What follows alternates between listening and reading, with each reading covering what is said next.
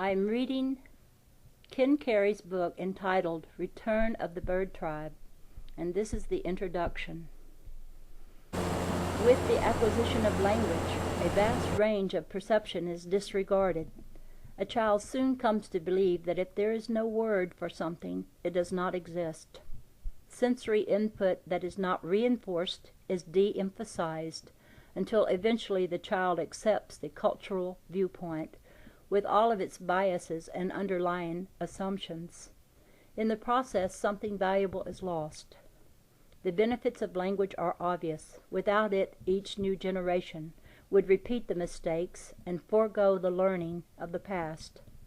Without it, our race could not advance. But the view of ourselves and our world that comes to us through language is but a thin sleeve of the multidimensional reality we inhabit. This larger reality has fascinated me since childhood. I have never been without at least some minimal awareness of it, and through the years there were always those odd moments when my mind would relax into a form of perception that brought me fully into its strange and curious domain. Often this perception would come forward to help me establish a rapport with a plant or an animal, deeper than what I found possible when viewing things from a cultural perspective. Although my language-oriented mind would later remember that these incidents occurred, since my experiences were non-verbal, I rarely remembered much of their contents or detail. It was not until one day in the winter of 1978 that I made my first attempt to verbalize what I experienced during one of these states. In bed with a cold and fever, my thoughts had drifted into a calm, meditative silence. Passing moments pulled together, relaxing into one. Distinctions between inside and outside began to dissolve. On a level beyond words, beyond the surface froth of passing events, on a level deep in the ocean of being, I experienced myself as energy, and my body as an intertwining of sun and soil. Was this the awareness of the newborn and the very young? Everything that touched my senses, every nuance of sound and light, every object in the room, felt as intimate to me as the lungs through which I breathed, as inseparable, as personal. Insights did not come as flashes, but as things I had always known, truths so obvious it was hard to believe I could have forgotten them. But I had, and might again. Could this awareness be expressed, articulated, recorded in words? Language only limits perception when its terms are taken too seriously. Taken lightly, the attempt to find words to record our impressions can help us to perceive more fully. Verbalizing this awareness would challenge me to clarify my experience of it, yet its very nature seemed to defy definition. To translate it into symbolic characters on sheets of paper would be like trying to channel a river through an hourglass. The very impossibility of the task intrigued me. I put a new ribbon in the typewriter. During the 11 days that followed, I wrote my first book, The Starseed Transmissions, and The Third Millennium. But differences define the spokes of a wheel, and without them our world would not turn. To fully awaken the earth requires each of us, a blade of grass, a gull, a passing cloud, a squirrel, a dolphin, an oak tree. Spiritually, our race is superior to none of these. Yet this truth is misapplied if it causes us to overlook our potential or underestimate our uniqueness. For better or for worse, we influence the earth more than any other species. More often than not, our historical influence has been destructive. Our survival and the survival of countless species now hinges on making the changes in consciousness that will end this cycle. The starseed material addresses the habits of perception that lie at the root of destructive human behavior, and the moment-to-moment awareness that can bring our influence wholly into the realm of the creative. Except for the occasional accessing of individual memory records, the awareness I experienced while transcribing this series did not differentiate between I, you, and we. It was unable to comprehend our over-literal use of these terms, and seemed to regard language rooted in such rigid divisions of self as little better than primate babble. Whatever success I have had expressing an awareness so antithetical to the implicit assumptions of language would not have been possible without the help of intermediary forms of intelligence. Over time, I came to think of them as informational beings. What they truly are is not so easily labeled. They describe themselves as condensations of consciousness in a sea of universal being, temporal embodiments of eternal qualities, ever-changing in form and content, yet consistent in the qualities they represent. Introducing themselves to me in the opening chapters of the Starseed Transmissions, they explained, the eternal being we represent is able to focus attention on many things at once. We are that attention. We personify eternity's interest in time. Our individuality is defined by the unique nature of the space we enter, but our intelligence flows from a common source, and we remain unified with that source in essence and in spirit. Although your human individuality is more specified and relates to material levels of manifestation, it is fundamentally no different. The chief difference between us is that you have forgotten the singular being at your core, and we have not. We have come to remind you, humans are not isolated entities. You are cells in a universal whole, intelligent cells, now dormant, but with mind-brain circuitry designed to reflect the thoughts of the creative spirit at the source of your life. As you release the fictitious beliefs that stand in your way, memory of these things will return. You will recognize eternity's thoughts as your own, and activate historically latent features of human design. You will see that creature and environment are inseparable, and that environment does not stop with an ecosystem, but extends to include your star system and every galaxy resting in the universal sea. This explanation left little doubt that I was in contact with a form of intelligence far in advance of my own. Its description of itself and the others of its kind did not quite fit the stereotypes typically associated with angels, but over time it became clear that this was indeed what they were.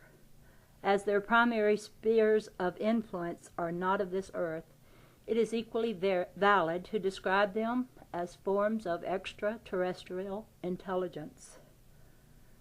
Those who have sensed the presence of such beings at various times in their lives will no doubt find this Starseed series more accessible than those who have not. My hope is that the readers in this latter category will consider this material nonetheless, accepting its stated origin as a working hypothesis, and in the manner of objective science, postpone conclusions until the subject is further explored. The information contained in these 4 volumes helps us view ourselves and our world from perspectives few of us have previously considered. It paints a portrait of a human race now poised upon the threshold of a breakthrough for which evolution has long been preparing. Collectively, that breakthrough still lies ahead. Individually, it begins the moment we raise our eyes above history's illusory divisions. The distinctions between self and other we once took for impenetrable walls then reveal themselves as filmy veils allowing passage to and fro, and we see ourselves reflected in all that meets our gaze.